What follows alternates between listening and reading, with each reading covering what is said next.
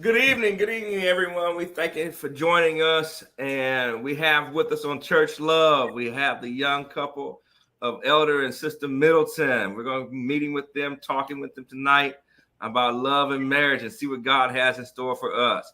Elder and Sister Middleton, can you please introduce yourselves? Hi, well, I am Elder Middleton, Reginald Middleton, um, born in Mississippi, Gulfport, Mississippi. Happy to be on today here in Birmingham now, Birmingham, Alabama. It's our new home with my wife. She'll introduce herself.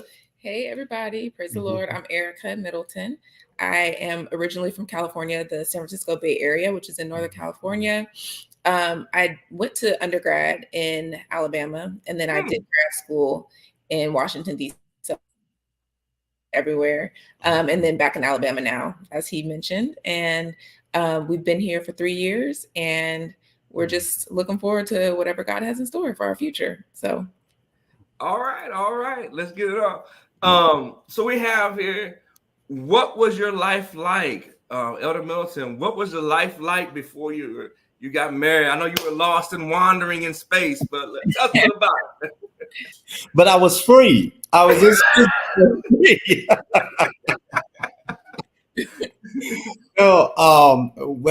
Life was. It was just the typical single life, you know. I was single, but I was surrounded by family quite a bit. Came from a large family. My immediate family, my mom and dad. They only had two children. I was the firstborn. Was holding it down for 12 years until I found out that my mom was diagnosed with my little sister.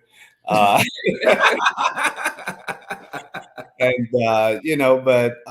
my mom's parents, Bishop and Mother Tate, they had seven children.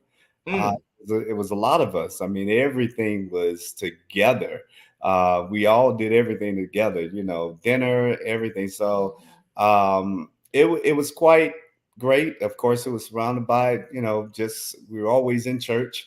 So yeah, I had time to think about wanting to get married and everything, but that single life, I was kept busy traveling, helping my grandfather and pastoring, and met a lot of people, and I'm just kind of following what God would have for me until it was the same people who reared me and preached to me and told me to live saved and sanctified. Then they're the same ones, my grandfather and my grandmother, that told me, hey, you need to get slow down, and it's time for you to find a wife.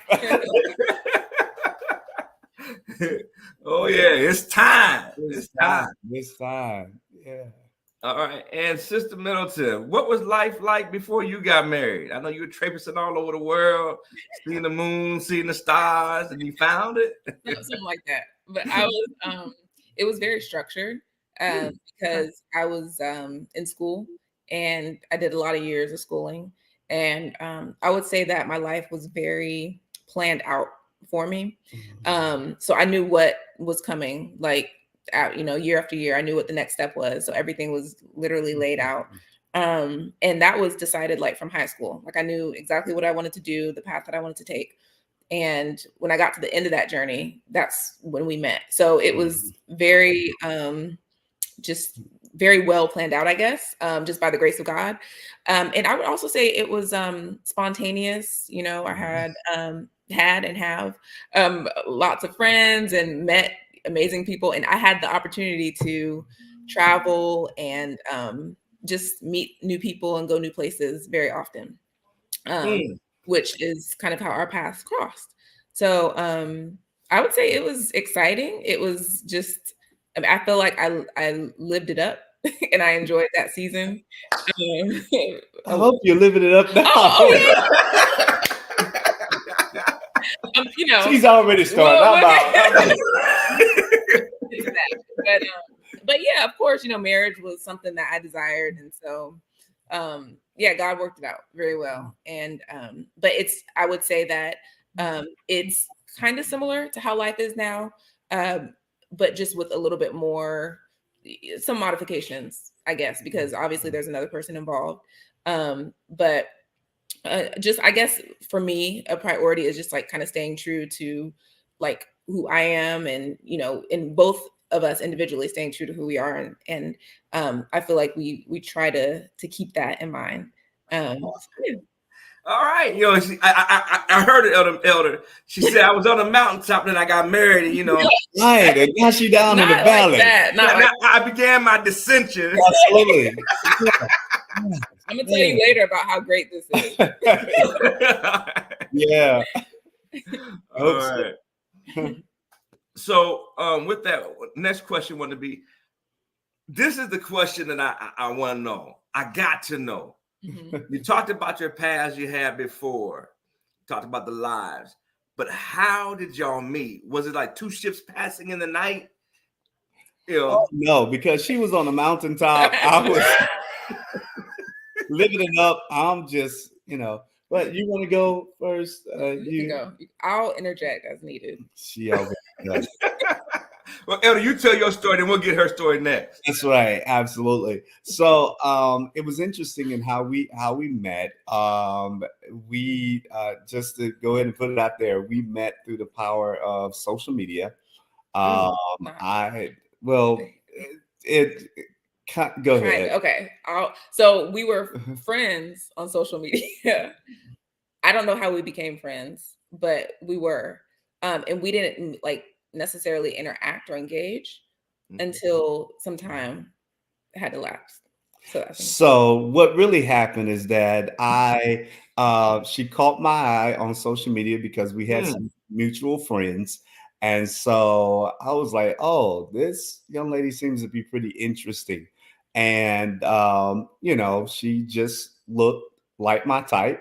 And so as they used to say, I decided to shoot my shot.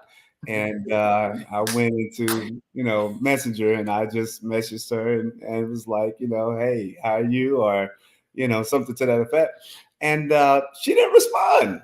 She friended me, but she did not respond. 1 month went by, 2 months, a full year went by, and she never responded to me. Never did. I kind of followed her without being awkward and stalking or anything like that. But, just kind of followed her a little bit and was like checking in to see what was going on. And lo and behold, one day I'm just on Facebook just because, and I see that she's attending or is going to a convention. And the convention was like one city over from where I live. We're like next door neighbors. Gulfport, she was going to be in Biloxi. And I was like, oh, she's going to be here. That's just amazing. And so I said, well, maybe I'll just reach out to her again and just kind of see, what's up. And so I hit her up on Messenger, and I said, hey, you're in my city. And you're at a convention. I'm going to be there as well, because I did plan. I wasn't stalking her. I did plan to go to this convention, to this church convention that she was already attending. So yeah, and kind of backing up a little bit, when he messaged me, like, I knew that we had mutual friends, but I didn't know him personally, so I wasn't really pressed to respond. And so I was like, I don't know who this is, so I thought it was just a stranger, and so I was like, okay, and I forgot about it. And I think he had messaged again or something like Merry Christmas, and I was like, okay. Now wait a minute, I don't remember that. That's nice. We can include a screenshot. But, in the comment section. But, and so I was in DC, as I mentioned, in grad school, and a young lady who had moved from Mississippi came to school at the same school that I was attending. And so she invited me to her home church to visit, meet her family and go to their church convention. So it just so happened that when I went home with her to visit her home church, it was in the same, the neighboring city as him. And so when I guess he saw, and I had posted that I was on my way, And he reached out and was like, hey, you're going to be like in my town or whatever. And so my thought was, okay, well, if I run into him, it might be kind of awkward that I haven't responded. So maybe I should respond so that it's not, that moment of kind of awkward, that's when you see someone, you're like, okay, like I know that they've been. And so I responded, I was like, oh yeah, like I'll be there. And so I think we had like made plans to meet or something. And when we got to the church, I mean, you can't miss him. So he was at the front showing out, like right up in the front and center, dead center. And I was like, oh my gosh. Okay, so listen, I had home court advantage. Now she said she didn't know me, but it was like in the South, it was like, you mean you don't know the Reginald Middleton? I'm just playing. But this was a convention. I knew everybody there or whatever. And yeah, I'll be honest, I was trying to kind of, because I wanted to make sure I didn't know where she was in the church.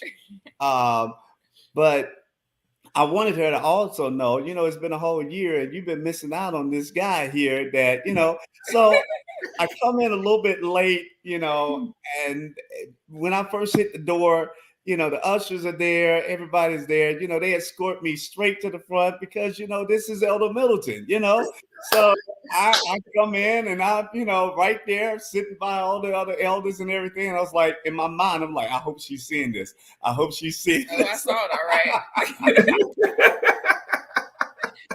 So I just do my thing. I'm in church. I'm churchy. I just do my thing while we're at the convention. I never did see her. Mm-hmm. I was, I don't know if an offering was taken or anything mm-hmm. like that, because I was thinking, well, maybe I'll see her walking around, or whatever. But I never did see her. And I was like, wait a minute. I know she didn't chicken out and not come or whatever.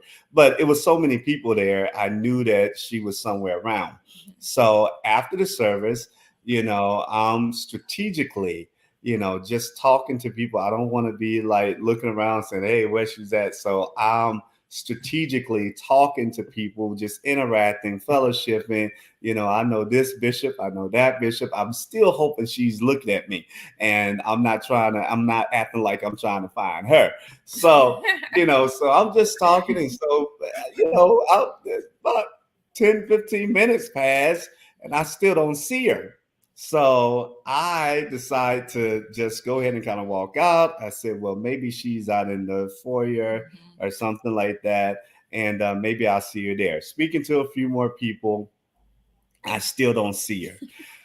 I go to the parking lot and I'm like, wow. I said, she must have seen me or something and went into hiding. I don't know what's going on.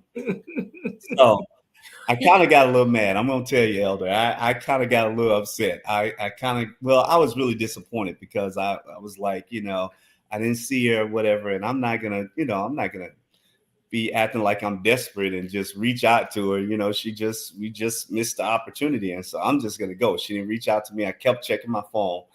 And so finally, right before I got in the car, I said, well, something just said, just give it one more shot and just reach out to her. And so I sent a message to her on Facebook Messenger, and I was like, hey, I'm here. I didn't see you, and I think that's all that I said. Yeah, no, you said like, did you leave or something like that? Oh, I guess I asked if she had left, because I was really going to go off if she did. No, I'm just playing. So, I wasn't going to wait too long, mm-hmm. Because I didn't know if she was with her little friends and in the car watching me look like a fool so I was like, I'm not fixing to, be here like this. And so right when I was about to get in the car, you sent me a message mm-hmm. and you told me that you were still in the sanctuary. Mm-hmm. And so I decided, I said, well, I'll come back in. So I went back in and went in the sanctuary. She was with all her girls. And, I was like, that's not going to intimidate me. I'm about to go over here, so yeah. So I said, all the ladies were there. And I was like, hey, I'm about to go into the lion's den. Just call me David. I'm about to mean, there you. I done got it wrong. You Reginald Middleton. Yeah, that's right. That's right. I'm going right up, and I'm just gonna talk, and we're gonna be. I know I'm gonna be critiqued by everybody, all the ladies and everything, but we gonna do this thing. I'm feeling good. I got my good suit on, got my best on. We gonna make it happen. So yeah, he came up and he made a joke, and all I saw was 6'8", and I was like, okay, we're sold. 6'8". He made D1 kids, right? D1. Right, there we go. I was like, say no more. But he made a really great first impression. And at that point, I was like, it was like almost instant. I was like, okay, yeah, this is the way that he presented it online was completely different from in person. And so I was like, okay, this can work. And then afterwards, he texted and almost messed it up, talking about, and I have the message right here. What? Message. Got receipts, man. Right, there we go. He said, I think I need a do-over because I instantly became nervous and I don't know exactly what came out of my mouth. Forgive me. Like, who does that? Sweet. Who does that? And so then I said, no, it was a pleasure to meet you. And then the rest is history. She wouldn't stop calling me after that. Yeah, right. So the rest was history. You saw that 6'8", and you saw D1 kids. Mama need a new pair of shoes. Right.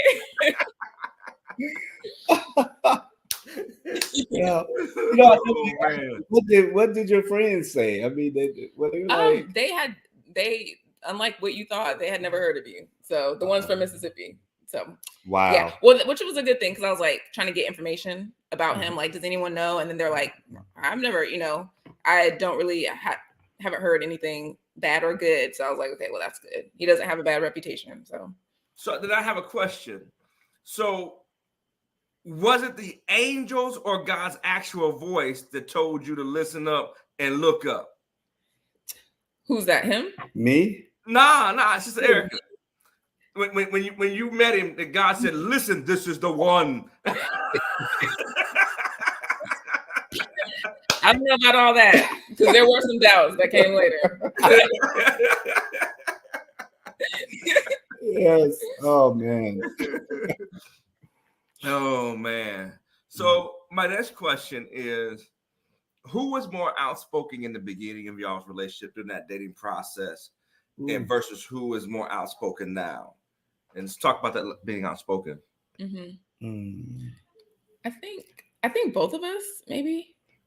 Kind of equal. We have pretty strong personalities. And I think we complement each other. I think we give, we yield to each other's, strong personalities. Because I'm very outspoken when it comes to, I don't think that I meet a stranger, I can pretty much adapt to any, environment or whatever. But she's the same way. And I will say though, like, with each other, I probably speak out a lot more about just my feelings and stuff, like expressing myself, to other people and in public. I would say it's very close, but he kind of beats me by a little bit because he's willing to like be up in front of people. That doesn't intimidate him or anything like that. Whereas I'm, I guess, outspoken, but on like a one-on-one, like individual type of interaction basis. I'm not like outspoken to the point of like, let me get up in front of this crowd of people and speak my mind or anything like that. But in a conversation, I'm not shy necessarily. But him, it's like either way. I feel like in front of people, one-on-one, you're gonna get the same type of energy. So like you said, I think we kind of complement each other, and it just happened by chance, by the grace of God that way. And the thing that I like about you two, and just in dealing with being outspoken, is the mutual respect that I can see, because there's not. Sometimes when you talk to people, when you see a couple, you see one trying to overpower the other or say more or do more, versus with you guys, I'm looking at you, and as I'm watching you, I see how respectful you are of each other. and acknowledging each other. And I think that has a lot to play, even in that outspokenness. Because I know I've listened to you preach online, Elder, and it doesn't shock me that you're not outgoing. So that is some good stuff. So, but if you could also, Elder, elaborate a little bit more on the outspokenness from the ministerial standpoint and how you've learned to kind of bring that back. And if you can talk to us a little bit about that. Well, I've always, I was born in the church. I was already, accepted in the church before I was, entered into the world. My grandfather, been a pastor, we were always in the forefront. Whole family, uncles and aunts, all singers, musicians. So we were always just, out there. So it didn't take long for me to lose any shyness. I don't even remember shyness. Growing up, it was always I don't know. It's just kind of strange. It was always the more the merrier. Not trying to be a big shot or anything like that, but I am more comfortable even with preaching to larger crowds than, I'm just more comfortable. And that's not me saying that I don't preach to, whatever the Lord does. I don't care how many are there, I'm going to do what, God would have me to do.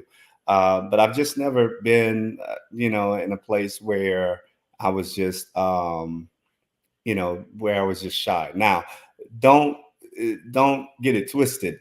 That night that I approached her, I was a nervous wreck because I didn't want to mess anything up. I didn't want to say anything that was kind of like, I don't know, awkward or make anything awkward. Yeah. And so she is a master when it comes down to one-to-one interaction. I could sit back and just look at her. I can remember we were in DC at a time, and she was presenting for a group of scholars. And, at the end of her presentation, individuals were just coming to her and just talking with her. And I actually kind of took pictures of it in a video because I was just amazed at how she just flowed with the group, with those individuals. And she was very in tune, and she was speaking and everything. And me, I'm more so, I can sometimes become kind of quiet, just one-to-one with just a few people. And I'm more out in the center, big crowd, and she freezes up in front of a big crowd.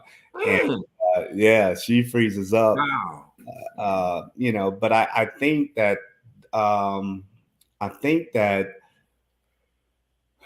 being raised the way that I was, I think that it has given me the opportunity to be on different platforms. And before, I just put this in there. Before I did it alone. I preached for churches, and my support group were the ones that were probably family that traveled with me, my sister, or people tell me now that my grandmother, who is now deceased, she was my biggest cheerleader. You can see on some videos where she's just pushing, and she was very, very concerned about me having a wife. And a year after we got married, that's when my grandmother, transitioned. And I think she was satisfied that Erica was now, I think she passed the baton to Erica. And now when I look out, it's a refreshing thing when I'm preaching or whatever, and I see my wife there. And she's pushing me on, or it doesn't get the rocking until I see her stand up, and, and when I see that, it's like, okay, it's time to take it on in. Elder, when you mentioned that, the thought that came to mind is that there's a couple things. One is I like how you said you were nervous, because it kind of gives guys the okay to be. It's okay to be nervous, because when you're approaching a woman who's of Sister Middleton's caliber, you're going to be a little nervous. Absolutely. Especially when you know she's serious about serving the Lord. Absolutely. And you said it. You said it. You said it.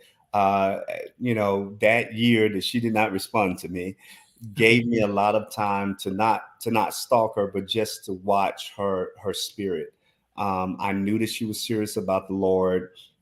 Just in the things that she did and the responses that she would, in places that she would go.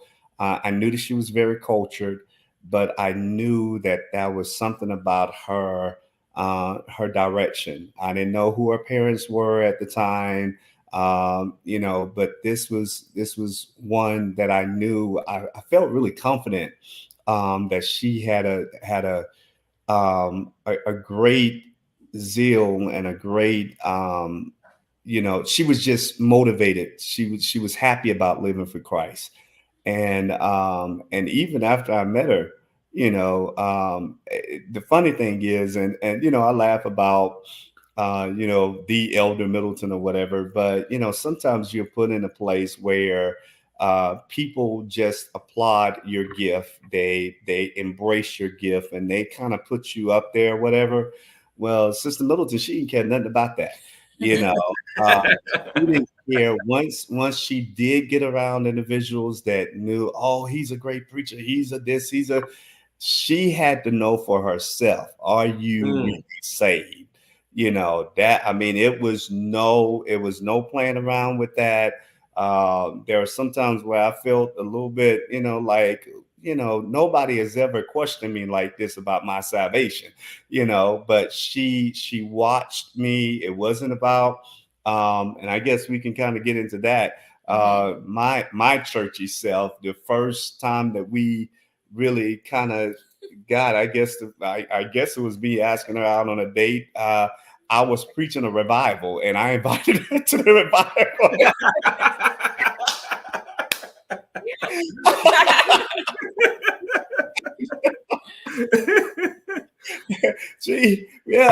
I invited her to the revival and she accepted. She came with another friend and they were there for what, 2 nights, 3 nights maybe. And it was in Kentucky, in Louisville, Kentucky. And she was there. And, I was like, well, if I don't have her, Lord, just use me, so that she didn't care nothing about that. She didn't care nothing about the preaching, the style. She was looking at the life that I live, behind the preaching. What was I like, away from the pulpit, and she keeps, even to this 3 years later, she keeps me on my toes now. She's like, making sure that, that I'm really serious about the Lord. Yeah. And Sister Middleton, it's I hope this gives confidence to the ladies that when you have a true man of God, he won't fear you holding his feet to the fire. Right. Would you say that there? Oh, definitely. Yeah. Because there was, it's not something that I take lightly. Marriage is a decision that no one should take lightly. And so I was willing to do whatever, even if it meant, us not working out, just to make sure that we were both in the will of God. And that, like, being genuine is something that's really important to me, and not hypocritical, because I grew up in a household that was not hypocritical. And that was like how they were at church was exactly how they were at home. It's like the church followed us right at home, all the rules, everything. So I was like, okay, well, this is the only thing I know. I don't know how to function in that type of dynamic where you're putting on kind of this mask and presenting it one way to the world or the church, and then another way at home. And so that was kind of one of my priority areas, was just making sure that there was consistency across the board. So, you said something that stuck up before we move on to our other questions that I wanted to bring out was, and I think that's important, especially the way you phrased it. You said, I don't know how to function in that dynamic where we act one way at church and another way at home. And I think that speaks volumes to you, how your parents raised you. Right. And that there, I think that speaks massive volumes. Yeah. That they raised you in such a way you don't know how to be fake. Right. To be fake would be being fake. Yeah. Right. That is some good stuff. And I think we're going probably come back around to this here because there's a lot to unpack in that. Yeah. And I want to add real quick. You know, one thing that was different about her is that even with those things, and like what she said, you know, you have to be real. A lot of times females would, you know, just, oh, he go to church, he prays, he knows how to dance, you know, in church, he shouts, you know, he plays the music, you know, and that just, okay, he's safe, he's secure.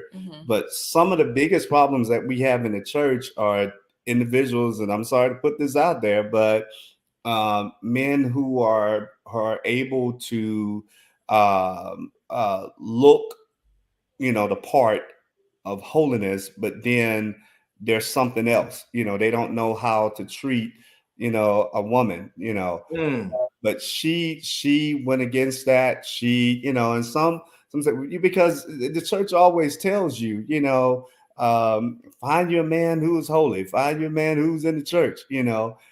But most of the problems don't, you know, they come by the person sitting in the pews, not the person sitting in the club, you know. You know, there's a lot of problems that come. And so I honored and respect. It was hard because she, like I said, she held me accountable, you know, but I respected her for that because she wasn't playing any games, you know, and I know even to this day, if you're not about God, then you're not about me, you know, that's her thing.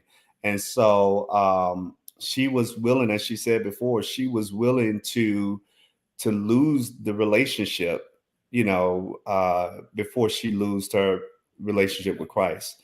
You know, she was willing. So that was, you know, yeah.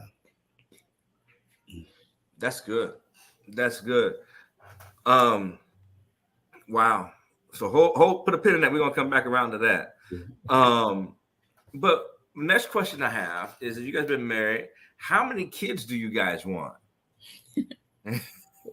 Or do y'all, or even better than that, do y'all agree on the number of kids y'all want?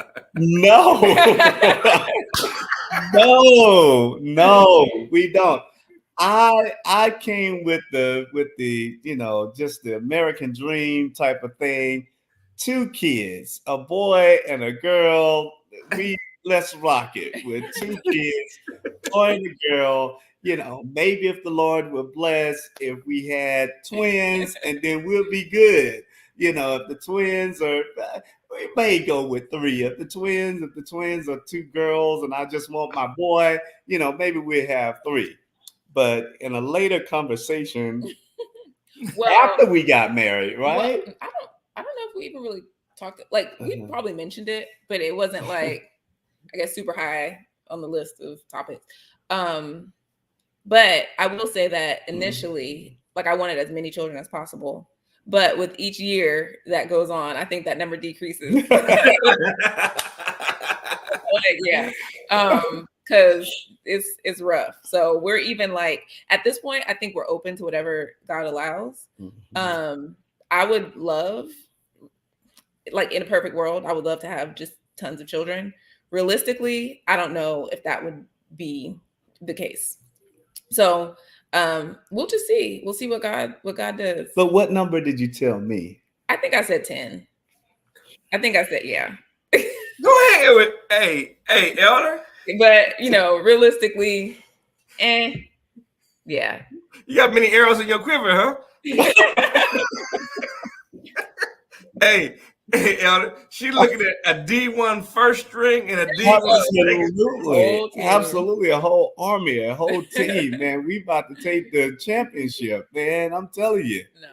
But we do have conversations about now, like the state of the world and just like society. And so we're like, is that, I don't know. I guess my desires have kind of shifted a little bit just because of the world we live in. And so now I'm just like so we'll go back and forth sometimes where I'm like, oh, I'm grateful I don't have children. Like I'll say that some days.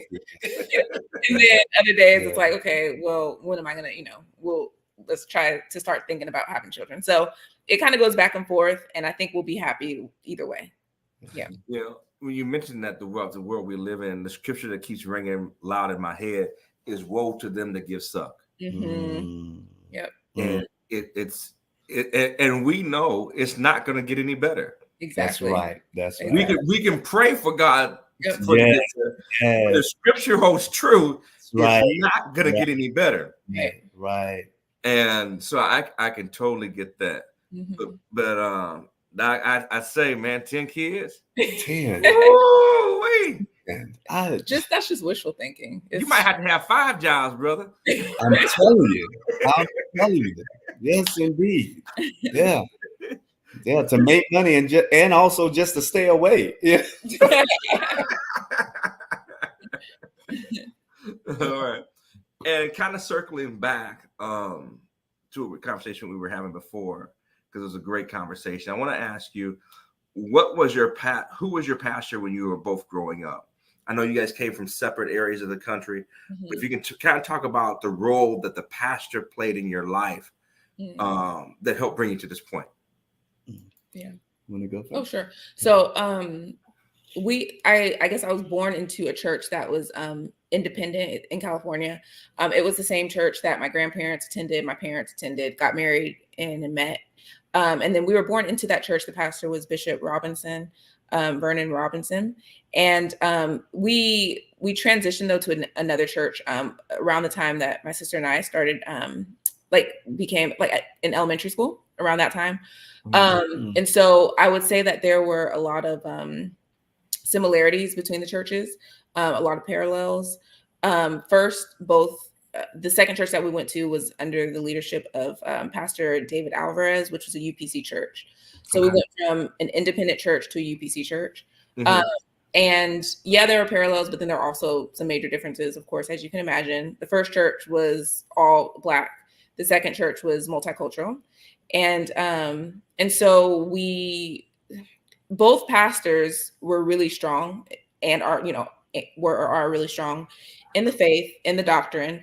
So that was something that was pushed and emphasized a lot. So like the doctrine, another thing, they really were just like all the values and stuff that my parents have held on to, they basically got from their pastors and then passed down to us. So just apostolic 100%.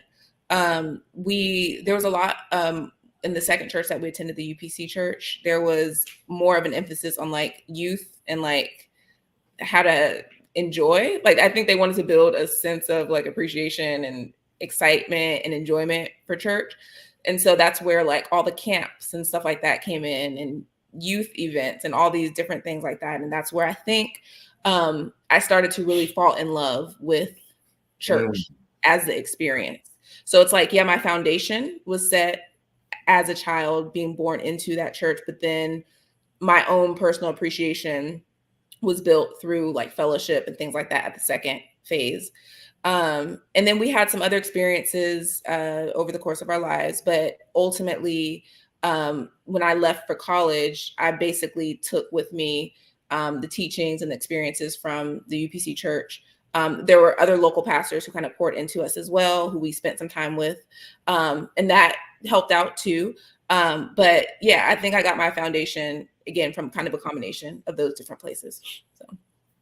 Okay. And Elder, how did it work for you?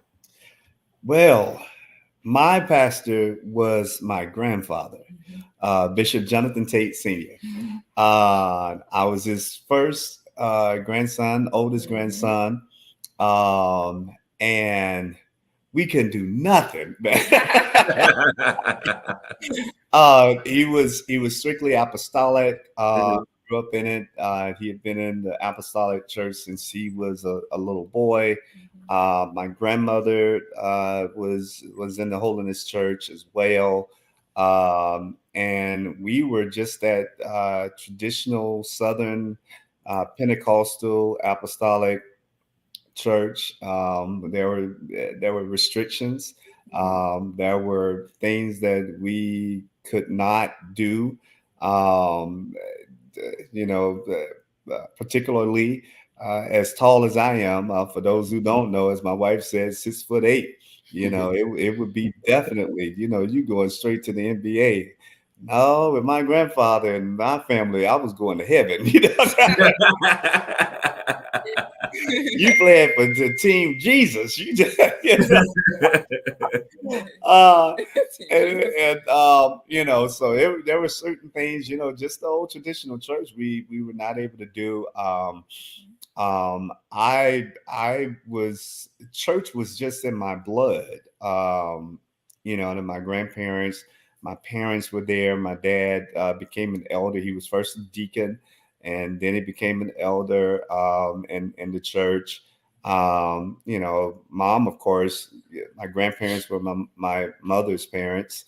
And so, it was church Tuesday night service. Matter of fact, we were on our knees, tearing, calling on Jesus to get the Holy Ghost. One time I thought I had it because the music was just right, and I got in the spirit and stuff. I thought I had it, and and so I was just all happy and everything. So the next time we had a service to receive the Holy Ghost, seeking for the Holy Ghost, I didn't go up there to seek for the Holy Ghost. And so my dad said, "You went on the altar tonight." He said, "You think you got the Holy Ghost?" I said, "Well, I did. I felt pretty good, but boy, you ain't got no Holy Ghost."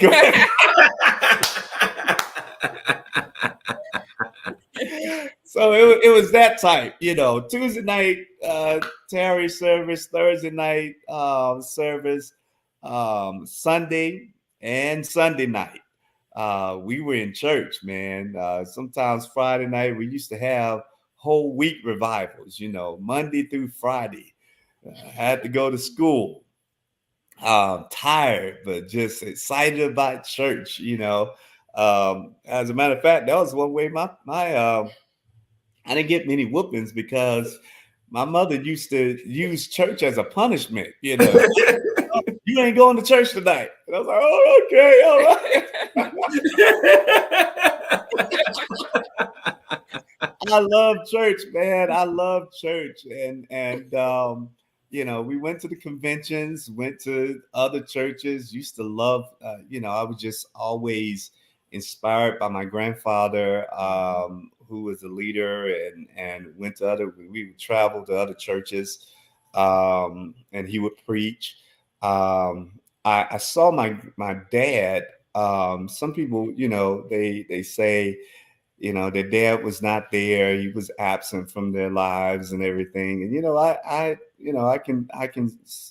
I sympathize with those individuals, but it's almost like I didn't have a father either, because dad was always doing something in the church. Mm-hmm. I don't remember us going fishing. I don't remember us, just having that typical father-son type of thing. He loved me. I knew that, but church came first, man. It was, he would get off his job and if my grandfather would call and we gotta do this, he was there. He was there to support the church. So when I got of age, I graduated pretty much at the top of my class. I went to college, but I stayed home to go to college. I obtained my bachelor's degree, my master's degree, and even my specialist degree. But I was pretty much still around home. I developed a love and loyalty to my grandfather. And I, drove him and my grandmother everywhere that they had to go to preach for the ministry and everything like that. And so that was just my life. So my wife is telling me to watch the time. Y'all don't see that. The question was, who was your pastor? I'm trying to tell her what to, and she's over here, doing like this right here. I'm getting all sentimental and stuff. Well, you said, Elder, she keeps you in line and holds your feet to the fire. Absolutely. So when you were talking about it, I can see in your face that you have a lot of respect for her. You yield to her. You don't see her kicking me under. Elder, I'm gonna tell you, my wife do the same thing to me. She'll look at me and she'll be like, Right. And the thing is, when she make those faces, she can do it with a smile. And everybody, she love him. No, what she telling me is shut up. That's right. Absolutely. She does it in the church too. I'm trying to preach. And I'll tell you, Lord have mercy. A blessing and a curse. It's a blessing. My wife asked me one time, she said, "Would you preach?" I said, "Don't be like Roseanne."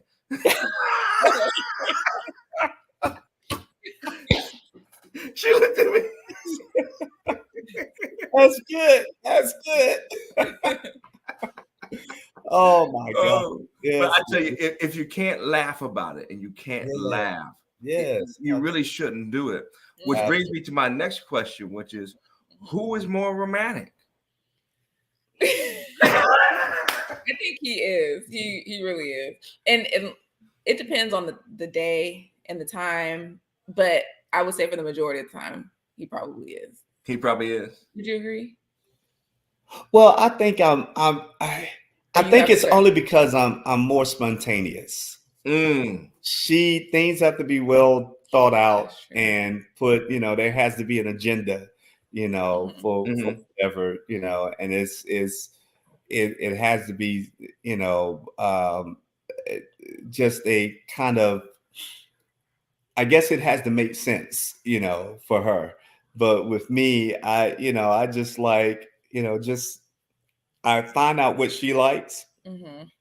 And sometimes she'll be upstairs. She has this big, what is it, a beanie bag? Bean bag. Yeah. This large, super size. And she just loves laying on that and everything. I kind of hate it,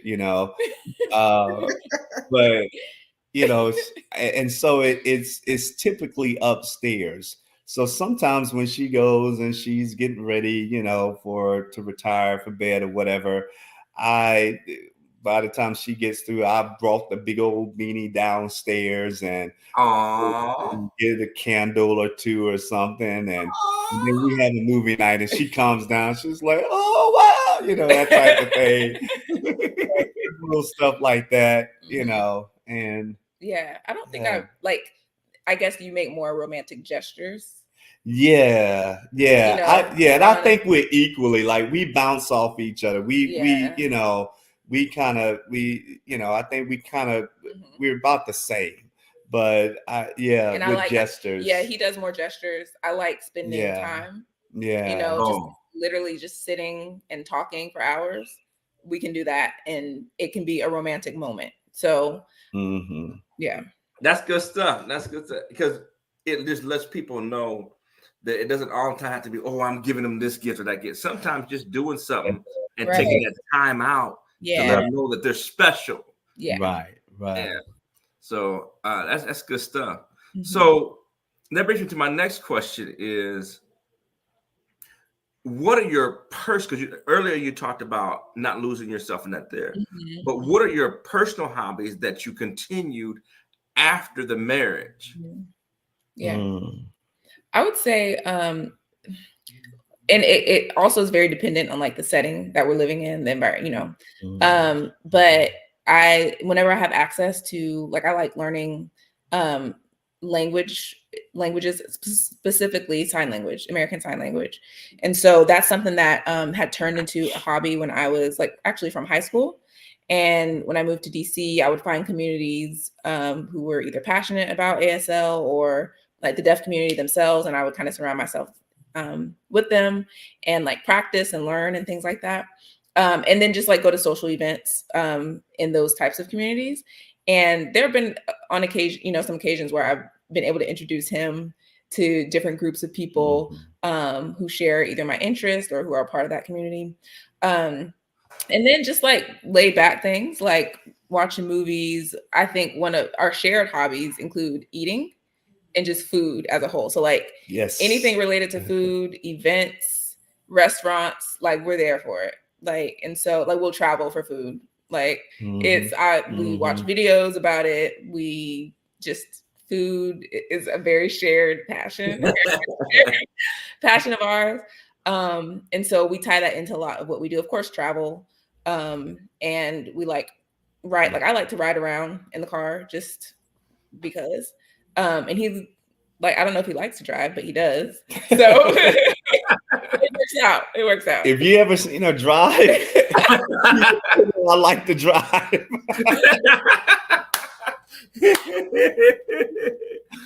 That's good. That is, and that's real good that you guys have continued that even after. Elder, do you want to add anything real quick? No, I think that by the blessings of God, I think that we do have a lot of shared hobbies. And I think that I have new hobbies, if I can say, after being married to her for 3 years, and it kind of triggered, well, not triggered, but it just kind of made me think of some things when she said the environment that we live in.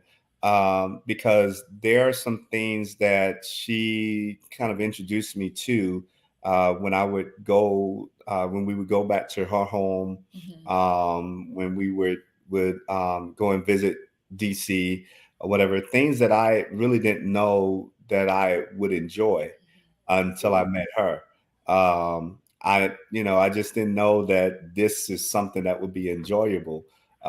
Because with me, again, we were in Mississippi. I grew up, I was born and raised in Mississippi. So, and then being, apostolic holiness in Mississippi, whatever, it's just church. Traveling with church. Did you travel? Did you go on vacation? Yeah, we were at a convention, So a lot of things that she kind of introduced to me was like, it was like, wow, this is really amazing. And that's the thing that we feed off one another, in that aspect. And I'm not afraid to say that there's a new life that she has taught me. And I mean, I wasn't just a country bumpkin, but I don't want the people to think that, oh, she just came to save this life. I had fun, I had a good time, but it's nothing like having someone, to share. And she wanted to share her, her experiences with me, and so it's been great. It's been great. Yeah. Elder, don't feel bad. My wife calls me a nerd all the time. She said, "You a nerd." Yeah. I said, "What do you mean?" I said, "I'm cool. I'm here." She said, "You are watching The Flash for the 4th time, and you've already seen every episode." It's so great, though. The multiverse, all of that. Yes.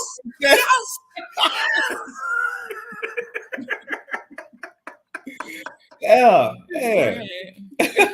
I love it. I'm watching The Flash, Marvel, all that. I love it. Of course, absolutely. She just doesn't understand what cool people do. She doesn't understand. Yeah, you're right. You're right. She doesn't understand. Yeah, she understands. Yeah. So, one question I want to ask you real quick, though, as we get ready to bring things to a close, if you could talk real quick about some of the challenges that you face since you've been married, and how did you overcome them? Should I go first? The first thing that comes to mind is, first of all, I'm a little bit older than Erica. And so, of course, I've been single much longer than she has. When I met her, I lived, in my own space for quite a few years.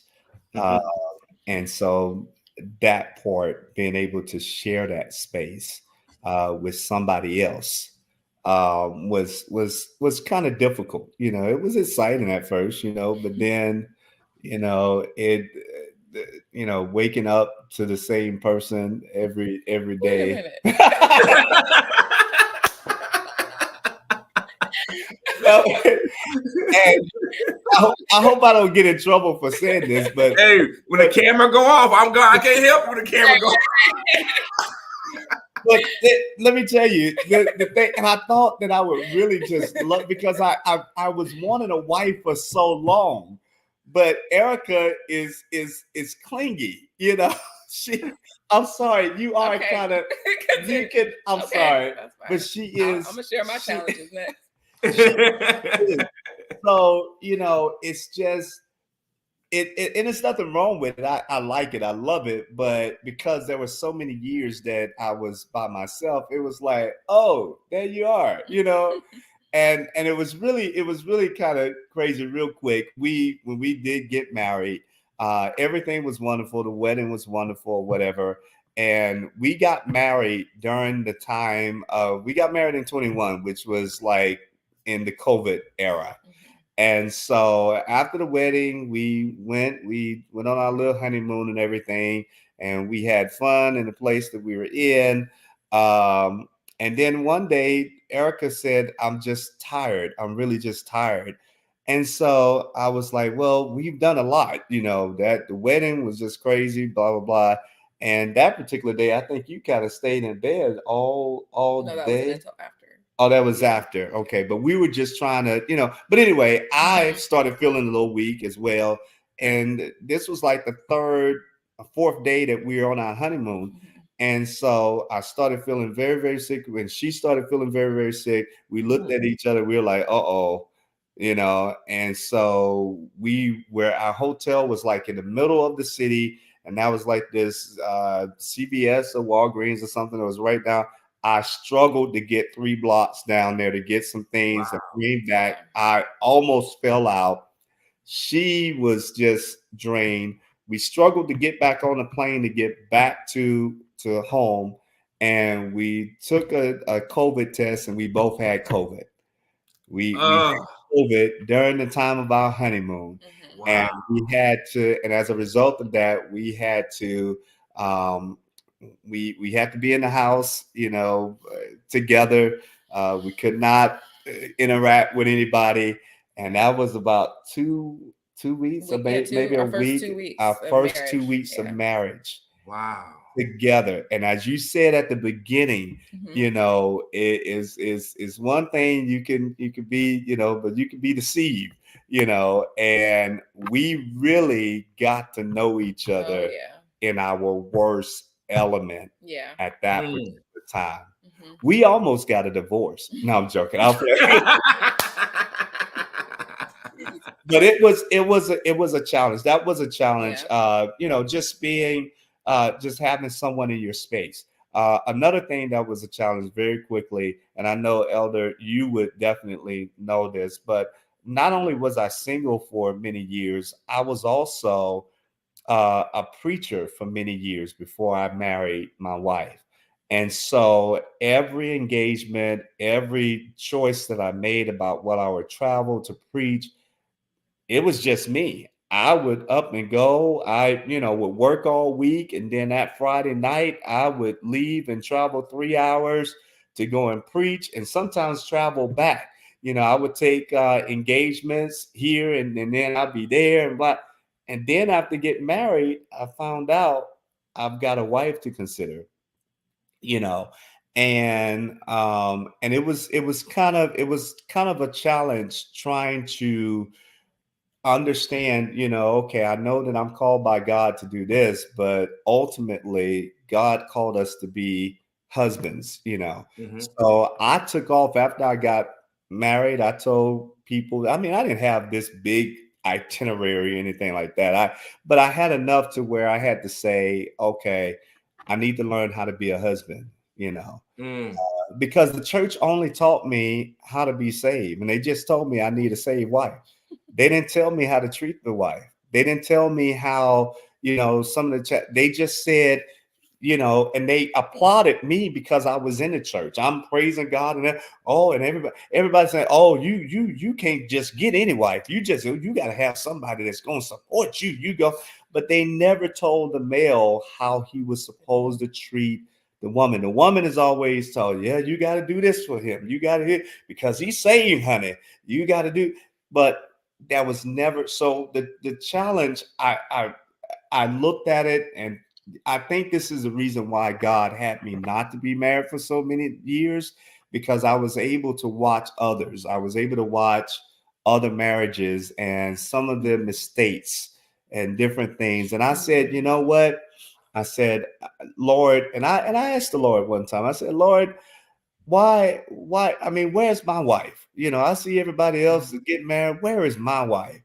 And and people were saying, "Oh, she coming, she coming. God's got to get her prepared." The Lord spoke. I really do believe that the Lord spoke to me one time and said, "Your wife is there, but I'm just getting you ready for her because you ain't ready yet." And so I hope that that I am where I should at least kind of be as being a husband and being being considerate and sensitive to her needs. That's good stuff. I will add one more thing to the challenges conversation. That there were challenges. I feel like at this point we've experienced challenges in almost every area that you can imagine, like physically challenges with sickness and different conditions, and emotionally, socially, we've had challenges. We've had financial challenges, like literally every domain of life. And it's crazy because we've only been married for this short period of time, but we feel like we've been through, decades worth of experiences. And with that, though, I think we've come to the realization that challenges is something that's ongoing. And it's just part of the journey. I think that we didn't go in blindly, though. We were I think we prayed a lot about this marriage, and that's what got us through. And we were transparent with each other before we got married. Yeah, absolutely. So transparent. When those challenges arose, then, we had our faith to kind of fall back on. And that's what I believe got us through. Yeah. It's interesting that you say that. A lot of people don't understand that challenges are going to come no matter who you are or what marriage you have. They're going to come. And you have to be able to pray through them. You have to be able to fast through them and study your Bible. And they come to bring you closer.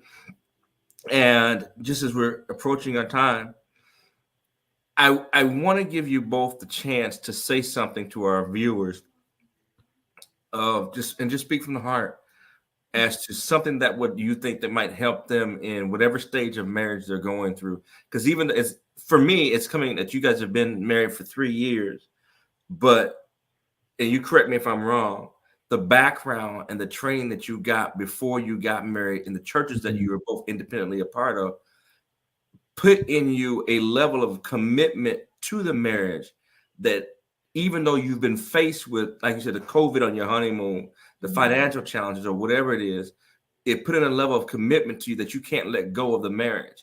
So if you guys just go ahead and just speak from the heart and just say something to our viewers as we get ready to close out. Okay. I want to say to the viewers, first of all, don't try to measure your relationship or your marriage with just what you see on social media. Just like it may be surprising to some that that we've had challenges. I tell everybody all the time, it may look like we're not putting on a show. We really do love each other. We really do enjoy being together. But some people say, "Oh, y'all doing? Yeah, you're traveling here, you're traveling there." We work. we work there. Those times that we were able to travel, it's good for us because my line of work, her line of work, we miss each other throughout the day. And that's a challenge as well, because I'm leaving at 5 o'clock 5:30 in the morning Mm. and not getting back home, until about 7 at night, and so Wow. we don't have a whole lot of time to really share with each other. We didn't know that before. We were struggling trying to get time to be with each other and thought that marriage was the answer. Oh, finally we can be with each other all the time, but we still have a life that and then we have church, we have all these things, and you have to, and there's something that we're still trying to figure out. I'm an educator, I'm an administrator, high school administrator. She's a college professor. And oh yeah, y'all are doing this, y'all are doing, but it comes with challenges. And you have to know how to keep the main thing the main thing. You have Mm. and you have to trust and yield. You can be the man. You can be the man, but you have to know how to yield to the spiritual intellect of your wife. When the Bible says that she is your helpmeet, that's exactly what she is. She is my helpmeet. She brings awareness to me in things that I'm just totally oblivious to. And I take out time to shut up and listen. You've got to listen. You've got to listen to your wife. It may seem like, well, she's just this, that, blah, blah, blah.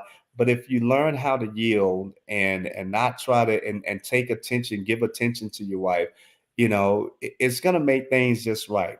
Last thing that I'll say for those men who are out there, young men who are afraid to get married, or because you don't think that you're where you need to be financially and different things to that effect, let me tell you, get things together as much as you can and be willing to share any financial problems or whatever that you have with the one that you love or that you want to be with.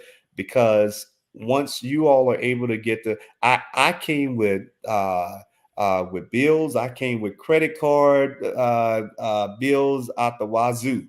That was just me. And she didn't even have a credit card, because she didn't believe in it.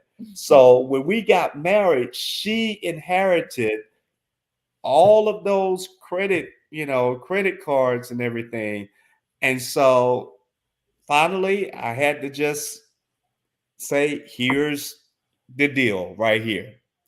And once I listened to her, here's how we're going to do this. Here's how we're going to do that. She showed me what to do with my little money that I had. And I'm blessed Mm. as a result of it. Be transparent. Be transparent. And that's all. We don't have enough time to go into. I'll just say I echo everything that he said. And also I do believe that everybody has a very unique story. This is just a small snippet. Yeah. And like just preview into our lives, but there's just so much more. And I would say that I used to kind of question like the authenticity or the legitimacy of our story, because it didn't play out how I've heard other people's stories play out.